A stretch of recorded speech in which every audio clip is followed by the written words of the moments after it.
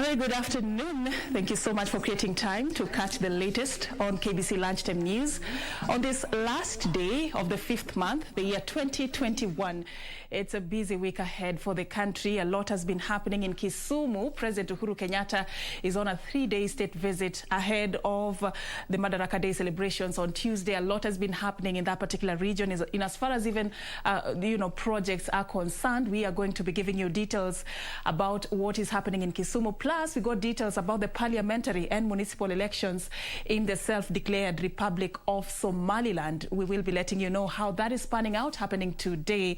A lot indeed happening in the region. But just moments ago, President Uhuru Kenyatta received Burundian President Evariste Ndayishimiye, and a lot was discussed among these two heads of state that share a lot of common interests between the citizens of both Kenya and Tanzania. Just an update on what transpired before we get into other news that we have been preparing for you. President Uhuru Kenyatta today really affirming the commitment of Kenya to work very closely with Burundi on matters trade, development, and also just looking at how to improve the education sector. And the two countries, we understand, during their meeting with the Burundian president, they discussed how to prioritize the education sector and come up with a post-recovery plan. They also talked about how to, just work together under the common agenda of Africa. And of course, also the Burundian president also, while addressing the gathering there, also talked about, affirmed this same commitment of working very closely with Kenya,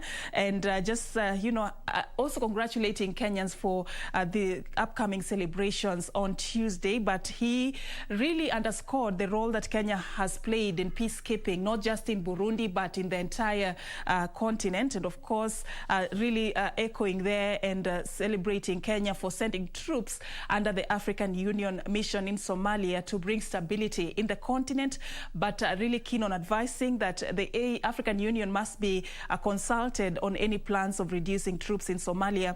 But the president also talked about the peace building initiatives in Burundi, and giving some good news there that Burundi is no longer in the United Nations Security Council agenda and also the African Union political agenda, saying that this is because Burundi currently has regained peace and stability. And he also talked about how the country is now focusing on socio-economic development and for the interest of the people, inviting investors from the country to take advantage of the opportunities that Burundi has to offer in matters trade in sectors like agriculture, infrastructure, health, mining, transport, tourism, banking, ICT, among others, opening the doors of Burundi for investors from Kenya to take advantage of these opportunities, and even inviting our very own head of state to visit Burundi at a date that will be discussed later on diplomatically. So that just happened moments ago before we began this broadcast right here on KBC Lunchtime News. Thank you so much once again for creating time for us. My name is Serfine Achieng Ouma, and our sign language interpreter is Ann Wangeshi. All right, on to other matters that have been shaping the news this particular morning. Transport at Msabaha area was paralyzed for the better part of today morning after residents of the Pendukeni area barricaded the Malindi-Mombasa highway, protesting the arrest of their own by police officers over a land dispute. The irate residents vow to stay put until the arrested Barakagona is released.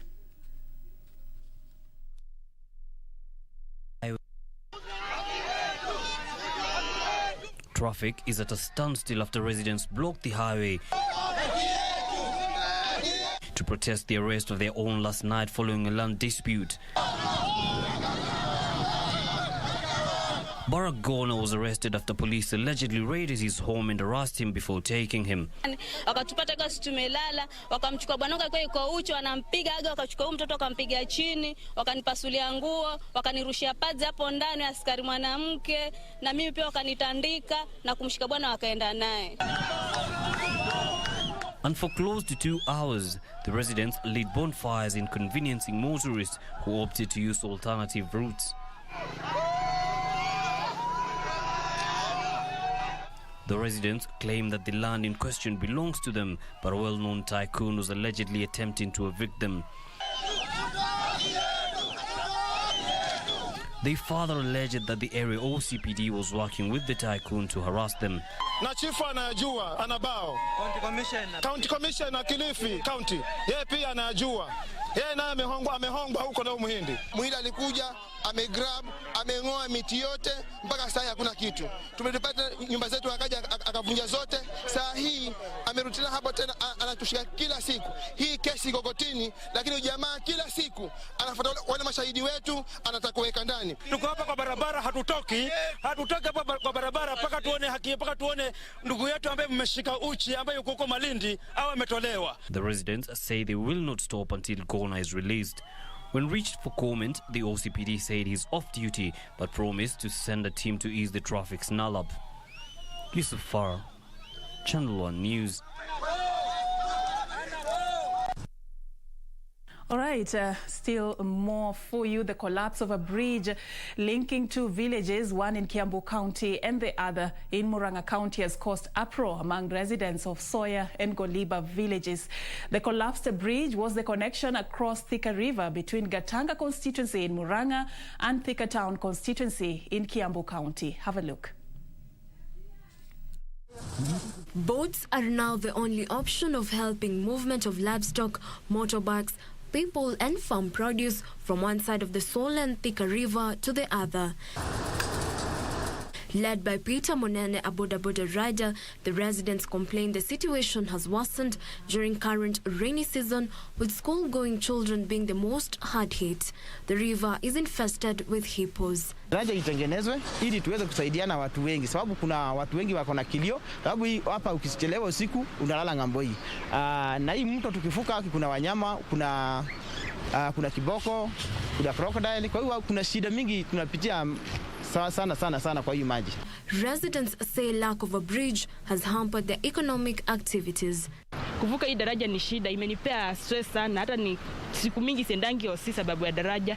Naomba tu atutengenezee daraja tupate kuvuka vizuri, sababu kuvuka hapa mtu anavuka akiwa na uoga. However, Thika Town MP Patrick Wenena revealed that the government has started the process of putting up a long-lasting bridge that is able to carry a weight of up to 15 tons.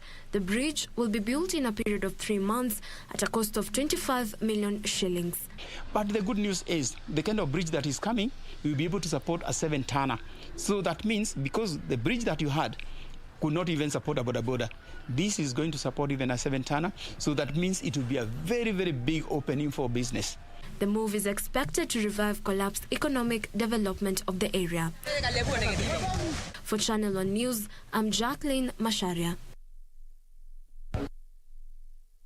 Now on to matters that elevate the rights of women and girls. Communities living in Samburu County have been urged to shun harmful cultural practices such as female genital mutilation and early marriages that negatively affect the lives of girls and women in the region.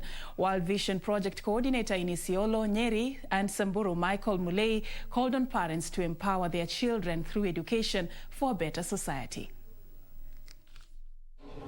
Speaking in Maralal Town, stakeholders stated that there was need to achieve zero tolerance to FGM by 2022, calling on the government and other stakeholders to intensify efforts in the fight against retrogressive cultures in Samburu County. The declaration was the starting point of strengthening our efforts to bring an end to female genital mutilation, which you all know is the beginning point of all other forms of violence against children. Kuna mipangilio ya kuendeleza kupigania haki ya msichana na ya watoto katika kaunti ili waweze kupata elimu na mambo ya dhuluma iendelee kuisha kama ukeketaji. Hivi karibuni wazee walikuwa katika declaration ya anti-FGM huko Kisima, na ndio tunataka kufuatilia kuona kwamba tutaendelea kufanya community dialogues tukihusisha watoto, tukihusisha wasichana na vijana na morans. The group stating that mitigation efforts have been put in place, however, they have been experiencing various challenges. World Vision Project Coordinator in Isiolo, Nyeri and Samburu, Michael Mulei, urged parents to empower their children through education for a better progressive society. It was evident that areas of Samburu North and Samburu East really need a lot of interventions as far as addressing issues of female genital mutilations are concerned. We also have some areas of Samburu Central, which is also referred to as Samburu West, which the county gender sector working group has been able to identify where we need to intensify our efforts. The group calling on stakeholders to offer support so as to end harmful cultural practices. We take you back to Kisumu County at the Kisumu State Lodge. Joining us now live is Achola Simon. He has been following us for us the three-day working tour by the head of state that will culminate to Tuesday's Madaraka Day celebrations. A very good afternoon, Achola. What can you tell us about this particular trip by the head of state, and also what plans are there ahead of Tuesday?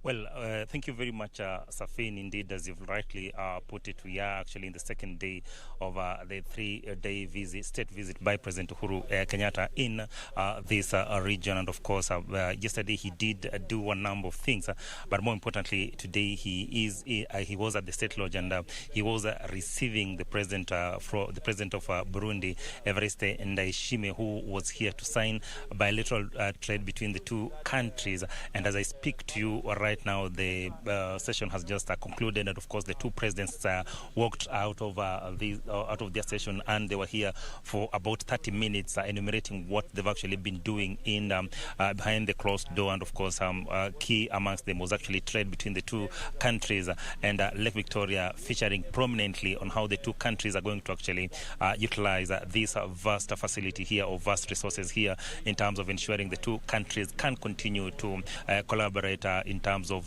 trade.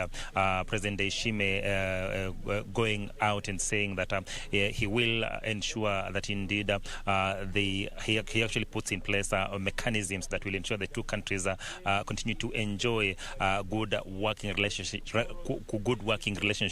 And of course, President Uhuru Kenyatta saying that he has instructed line ministries and government departments to ensure that indeed they look into bottlenecks and challenges that would actually have business between the two countries.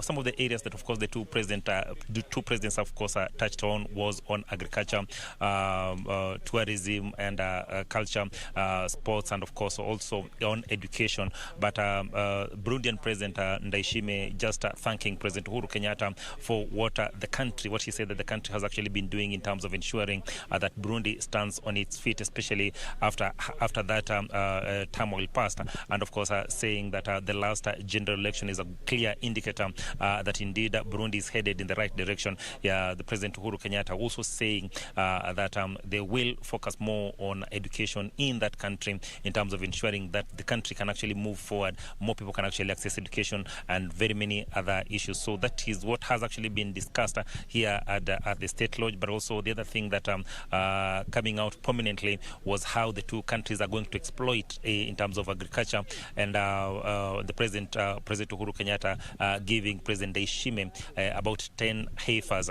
that were actually promised a couple of months back, and they say that they are actually going to work in terms of ensuring that the two countries can continue to benefit from agriculture as they go forward. Of course, that is what has actually been discussed here. But moving forward from here, President Uhuru Kenyatta is actually going at the ship bay, where he is expected to actually open the ship bay. But also concurrently, as we speak right now, the First Lady is actually at the Jaramogi Oginga Odinga Teaching and Referral Hospital, and they're also carrying out activities there ahead of the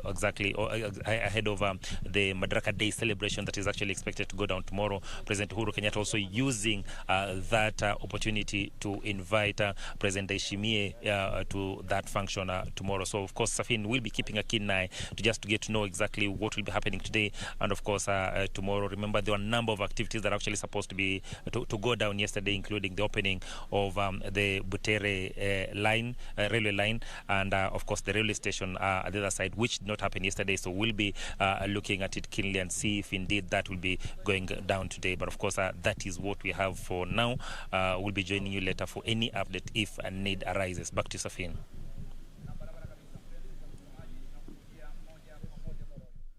So much, Achola Simon, for that update. Achola is currently at the State Lodge in Kisumu, giving us an update on what transpired in the meeting between President Uhuru Kenyatta and Burundian President, just discussing how to strengthen ties between Burundi and Kenya, and a lot is also to be expected during this 3-day working tour by the head of state that, like I told you, will culminate to Tuesday's Madaraka Day celebrations that will be marked uniquely under strict adherence to the COVID-19 safety protocols. He's still following up that for us and will be updating you on how that progresses. And we also understand that it's a busy day for President Uhuru Kenyatta. A few minutes, he's supposed to be going to the Kenya shipyard in Kisumu. He's expected there also. We have our very own Victor Olo, who will be giving us details about this particular trip by the head of state. And also, we have a lot that is happening elsewhere in the country. We now want to take you to Mandera, where at least 10,000 HUDUMA number cards are yet to be collected in Mandera County. Mandera County Commissioner Kiatha Onesmus observed that many locals did not collect their cards, even after receiving a message instructing them to do so.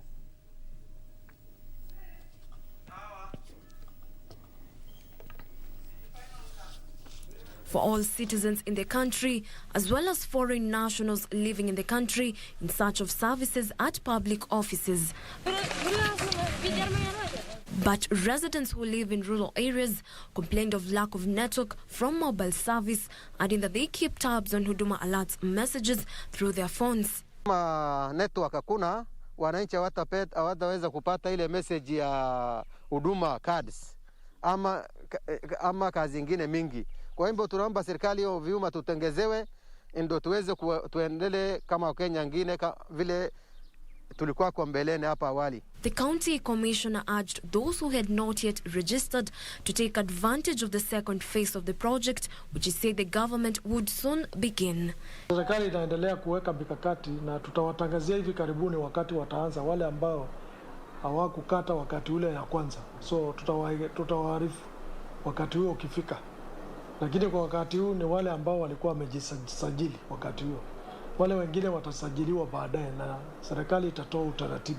In addition, the administrator encouraged locals to respond to text messages to enable them select the nearest location to pick their cards. Wajitokeze wale ambazo cards zao tumepokea na wamepata ujumbe waweze kufika katika zile vituo ambazo wameelekezwa ili waweze kuchukua hizo cards. Hii kadi ni ya maana sana na tungependa kuomba wananchi wote wa Mandera tushirikiane kwa sababu hiyo kadi ni ya maana na ni ya muhimu sana. Na hii ndio fursa tuko nayo kuhakikisha kwamba sisi kama wenyeji kila mtu amepata kadi yake.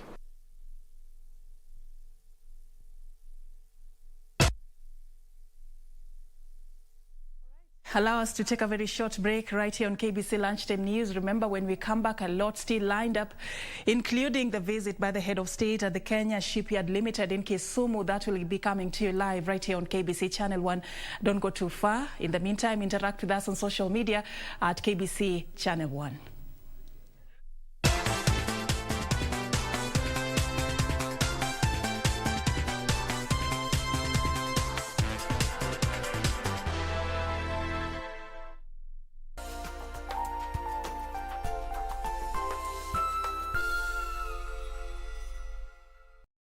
Je, umeomoka? Kama hujaomoka kwenye QuickBin ndio mambo yote. Hapa tuko na fridge, kodi yake ni CM. Tuko na gas cooker, kodi yake ni CK. Tuko na TV, kodi yake ni TV. Tuko na simu aina ya Samsung ni SM ama Oppo ni Oppo. My friend, mahali popote unanitizama, eka hizo kodi zake kisha utume kwa 4032353. 4032353. Alafu utakuwa unaomoka na hizi bidhaa. Kumbuka, kwenye QuickBin ni bidhaa bora zaidi kwa bei ya chini kwa chini. Banki imeconfirm pesa zimeingia. Congratulations Sam, gari ni lako sasa. Shukran. Oi boss, suniache insurance yako nitumie kabla nijipange. We, insurance ya gari haiwezi kuwa transferred kwa mtu mwingine. Sina habari na nikuulize, hii comprehensive insurance inakava vitu gani? Comprehensive motor insurance inakava gari linapoharibika wakati wa ajali pamoja na uharibifu wa mali ya mtu mwingine. gari likiibiwa au likichomeka. Pia ina cover passenger wa gari lako na passenger wa lile gari lingine kunapotokea ajali. Kwani umenisahau mimi kama driver? Dereva hakui covered na comprehensive insurance, ila anajitafutia personal accident cover. Umenichanua. Rose, hata nishughulikie hiyo insurance, nitakujia gari kesho. Okay, sawa. Yeah. Ujumbe huu umeletwa kwako na IRA. IRA, bima bora kwa taifa. The greatest rally in the world is back in Kenya. Catch all the action of WRC Safari Rally live and exclusive on KBC Channel 1 from 24th to 27th June. See the world's best drivers navigate their machines on Kenya's rough terrain at breakneck speeds. Experience the thrills, adrenaline, drama and excitement as man and machine do battle. Don't miss out. WRC Safari Rally, live and exclusive on KBC Channel 1, your true sports partner.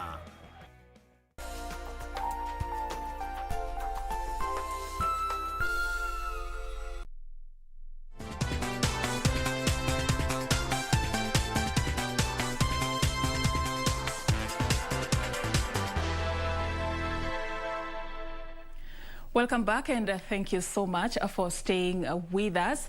And not a very sanitary situation in Ngong Town. That is where we are going next, where the closure of the major Ngong Town dumping site by Kajiado County government has left the devolved unit in a mess with uncollected garbage strewn all over the satellite towns. Kajiado Governor Joseph Olelenku ordered the closure of the dumping site next to Mathare Slum within Ngong Township a month ago. The county had planned to relocate the dumping site to Kirarapon and rehabilitate the site to a public park. However, Kirarapon residents protested the move, making the plan elusive. With nowhere to dump tons of waste, satellite towns are characterized by heaps of uncollected garbage becoming an eyesore. Kwa tunaelezewa ya kwamba hii kitu itafungwa, lakini tukawauliza kwa muda gani, wakasema hata hawajui ni muda kwa sababu hawana mahali ya kwenda kupeleka kitu. Na hata saa hii ukienda Ngong, hata hapa stage tu itakwambia kwamba ile takataka imejaa mahali pale, hakuna mahali ya kupeleka. A spot check at the closed dumping site indicates dejected families who used to earn a living from the dumping site. The families say the decision was made in a half and ended denying them a daily. Kunafugwa. Tangu siku hiyo tuko na shida, sababu hata watoto wetu wengi tunalala njaa. Na kutuelezea sisi ati kama kazi yetu imeisha, ndivyo tunauliza tunaweza fanya nini kazi yetu irudi. However, Kajiado Governor Joseph Lenku said the plan to relocate the dumping site is being watered down by his political competitors, who he claimed were paying crooks to litter the towns. Scrupulous fellow political competitors who are noticing the effect of this dump site relocation affecting their kura have gone to sabotage the process by paying people to spill litter all over. Olelenku has, however, urged the security officers to arrest and prosecute individuals allegedly inciting locals against the plan. Now began a process of the law to make sure that those who do that are arrested, because that is sabotage, and sabotage will not be allowed. So there is no turning back with the Ngong dam site relocation. We are moving forward. It is happening. It has happened more than 30%, and we will not look back on this as well.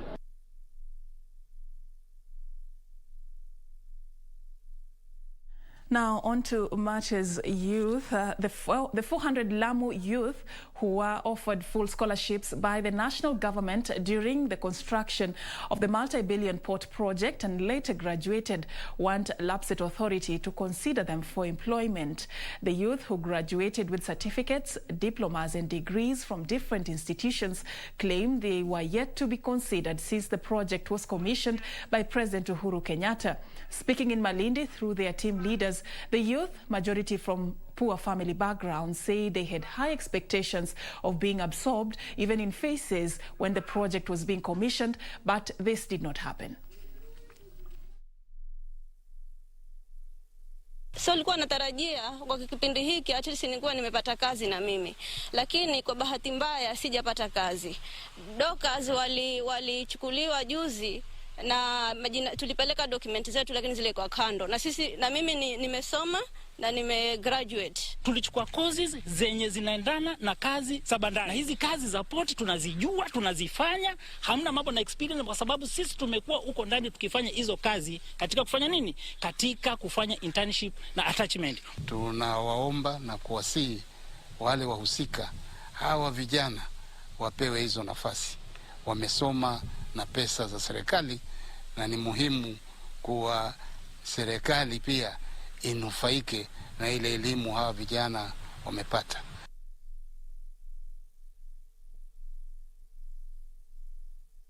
From the coastal region to the Rift Valley region, members of county assemblies from Rift Valley are in Turkana County to sensitize the local pastoralists on how to maximize the sector for the economic welfare. Speaking in Lodwar, the MCAs said the objective of the tour was to strategize on how the pastoralist communities can use their strengthened occupation for local development.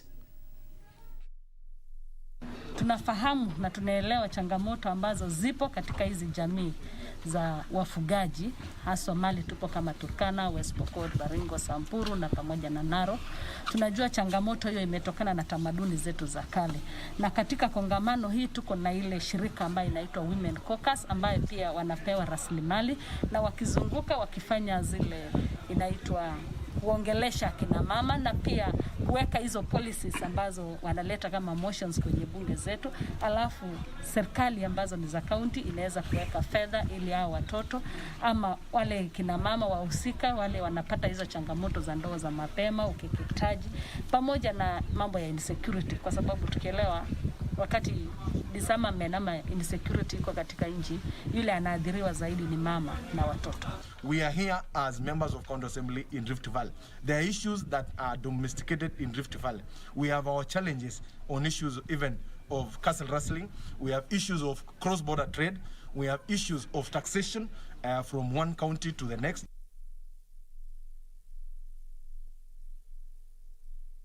Now let me take you elsewhere in the continent. The self-declared Republic of Somaliland is holding parliamentary and municipal elections, some of which are overdue by 10 years. The expectation is that the elections will boost the breakaway republic's chances of gaining international recognition as an independent state. Somalia, which insists Somaliland is still part of its territory, has not held a democratic poll for more than half a century. Since declaring independence from Somalia, it has not been recognized internationally but functions as a nation-state with its own passport, currency, flag, government and army. Over 1 million voters are expected to participate in the polls. Meanwhile, in Nigeria, gunmen have kidnapped dozens of students from an Islamic school in Tegina town.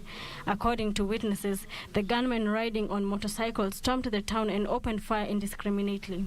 As people fled, the attackers went into the Islamic school and seized the children. 2 people were shot during the attack and 1 has since died. Elsewhere, leaders of the West African grouping ECOWAS have suspended Mali's membership from the bloc following last week's military coup, the second in 9 months. The bloc has called on Mali to nominate a new civil prime minister immediately, to adhere to an 18-month transition period, and to hold a presidential election next February. Ghana said the stability of Mali was critical if West Africa was to hold back terrorist activities from the region. The coup leader and now interim president, Colonel Assimi Goita, attended the meeting in Accra.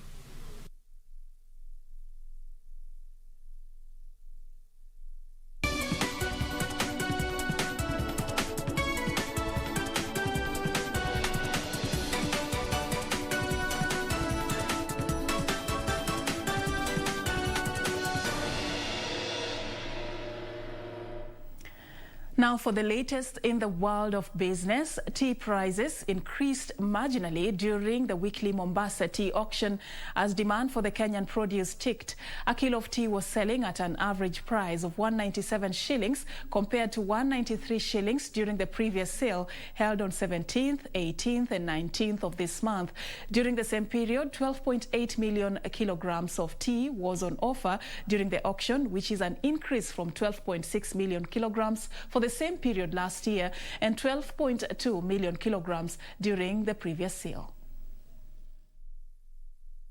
During the sale, 12 million kilograms of tea were sold, compared to 10 million kilos for the same period last year and 11.5 million kilograms during the previous sale. Made this month, the Ministry of Agriculture reported that tea production jumped by 24% in 2020 to stand at 569 million kilograms against 458 million kilograms recorded in 2019.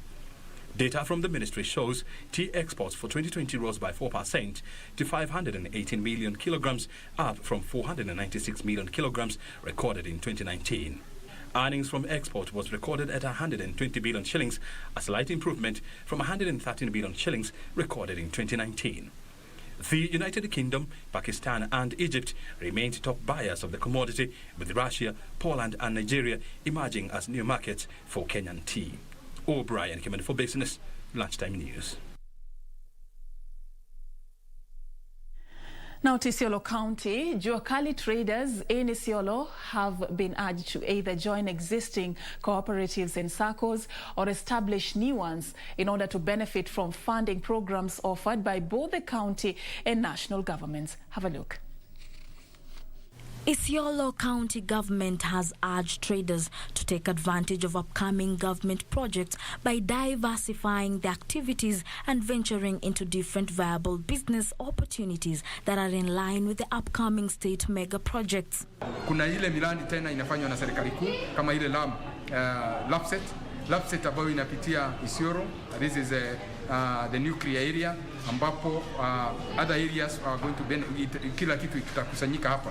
Kwa hivyo watu wetu wa Juakali wanaweza jiweka pamoja, wanaweza kuja na SACCO, waweze kufanya kazi pamoja, na wakienda kwa SACCO waweze kuwa na rasilimali ambapo wataweza kuinvest ili waweze kufaidika na hiyo LAPSSET. Ngechu say that the county government, through the Department of Trade and Cooperative Development, has been sensitizing the business people on the need to form new or join existing SACCOs and cooperatives, since it is easier for them to access funds from various government programs. I know kuna mambo kadhaa ambao wameuliza kama vile to have a shed ambapo wataweza kufanya kazi pamoja, na kama serikali tutaona vile tutawasaidia through hii serikali ya Governor Mohamed Abdi Kuti.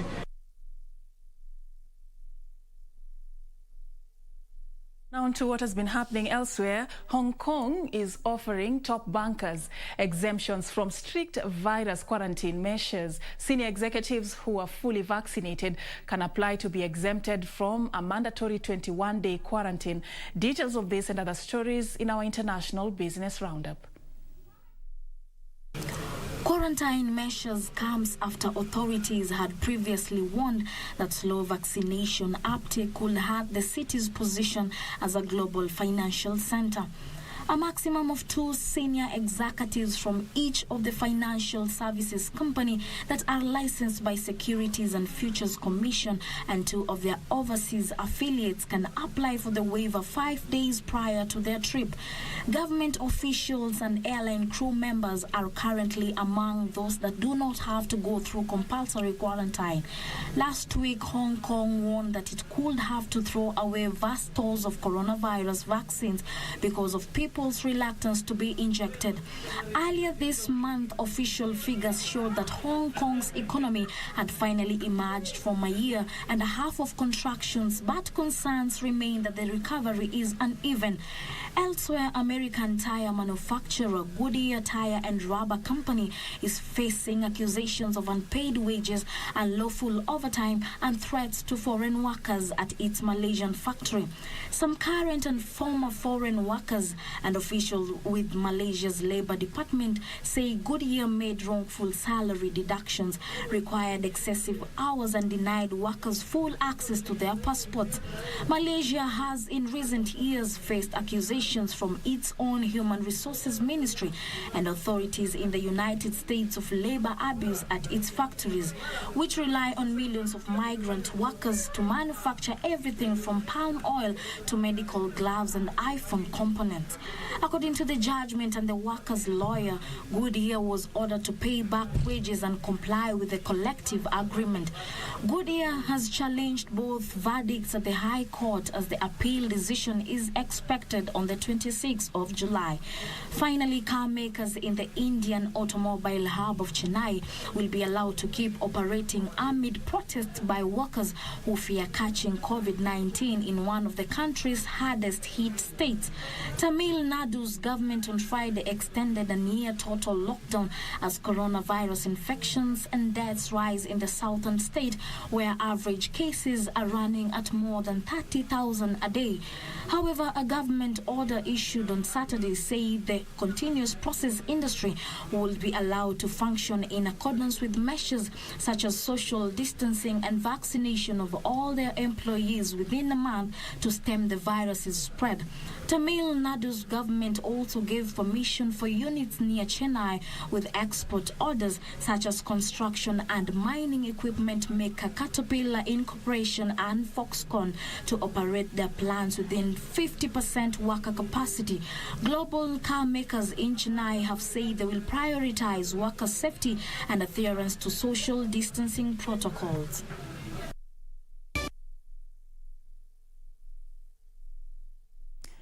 All right, and of course we have been tracking so much for you earlier on. Remember, we brought you live a conference by pensioners at the Teleposter right here in Nairobi. Alan Aoko has been following up for us that particular meeting and got details about what emanated. What should we be looking forward, Alan Aoko? Indeed, thank you very much. This afternoon, a very chilly afternoon here in Nairobi.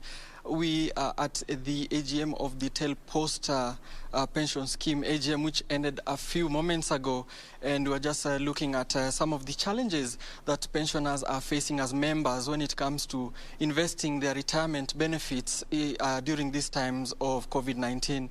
And of course, if you remember, the retirement benefits sector made about 7.76 in percentage points in terms of profits above the previous year, which we can tell you that had some challenges of its own. This is very incredible looking into things that if you look at every sector being impacted by COVID-19, but you see the retirement benefits sector earning about 1.4 trillion in 2020 as at December 2020. And also, despite the shocks of the markets and of course the member withdrawals and the contribution cancellations that were seen with various schemes, the sector has remained very resilient. And what came out of this meeting here is that going forward, despite the challenges, the pensioners are still willing to of course invest. And just to go back into a report that was released a month ago talking about the impact of COVID-19 on the retirement benefit sector, is that many pensioners were going back into their savings so that they could survive this period because there was no other source of income, and so they tapped into the projects that they were doing and stopped them, and then started picking what was in their pot for retirements just to go on and finance what they had left during the pandemic. But of course, going forward, we see that in the future, now the retirement benefit scheme sector is adopting things like technology to try and innovate through the sector. And we also see that there have been some amendments. Earlier, we even had the Retirement Benefits Authority CEO, Mr. Nzomo Motoku, talking about amendments that they are lobbying, amendments on acts and regulations going forward that will of course help to buoy the sector and help wither the headwinds that have come with the challenges of COVID-19. Of course, and we've seen some interesting developments, especially when it comes to mortgages, where you see that now pensioners can use their mortgages to actually do some affordable housing projects using that, which was actually unheard of and it was not done before. But now these are some of the things that have come in to buoy the sector. And of course, we will all, of course, give you all the updates. We are hoping to speak to one of the administrators slash the trust secretary of the Telposta pension scheme, just to give us an overview of the sector. But of course, we'll do that and come back in subsequent bulletins with something of value and enrichment to the members of these pension schemes countrywide. Back to you.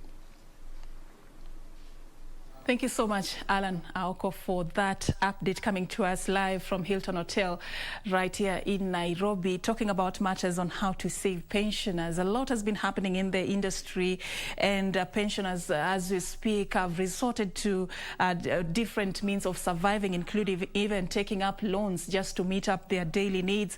This comes courtesy of different challenges the sector has experienced, including COVID-19, which has really affected the industry's profitability, and statutory deductions also going down because of job layoffs and the likes, returns on pensions also being affected. This comes as fund managers are being urging the government to be more prudent, and a lot already happening. Of course, Alan, they are talking to us about a recent report that really affirmed some of these issues that I'm telling you about at this moment. He'll be giving us more details in our subsequent news bulletins. Now, that wraps it up for us right here on the business segment. We still have more coming up, including the sports news.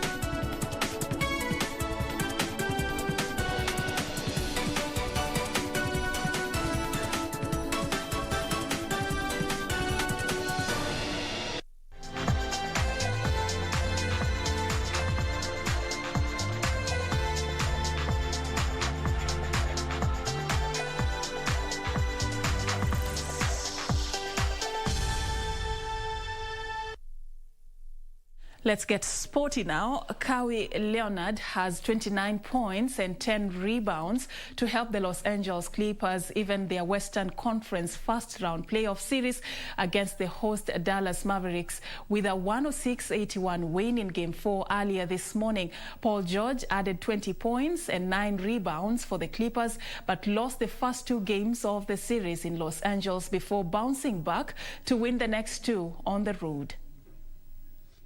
He struggled a little bit here in the... Kawhi Leonard had 29 points and 10 rebounds to help the Los Angeles Clippers even their Western Conference first-round playoff series against the host Dallas Mavericks with a 106-81 win in Game 4.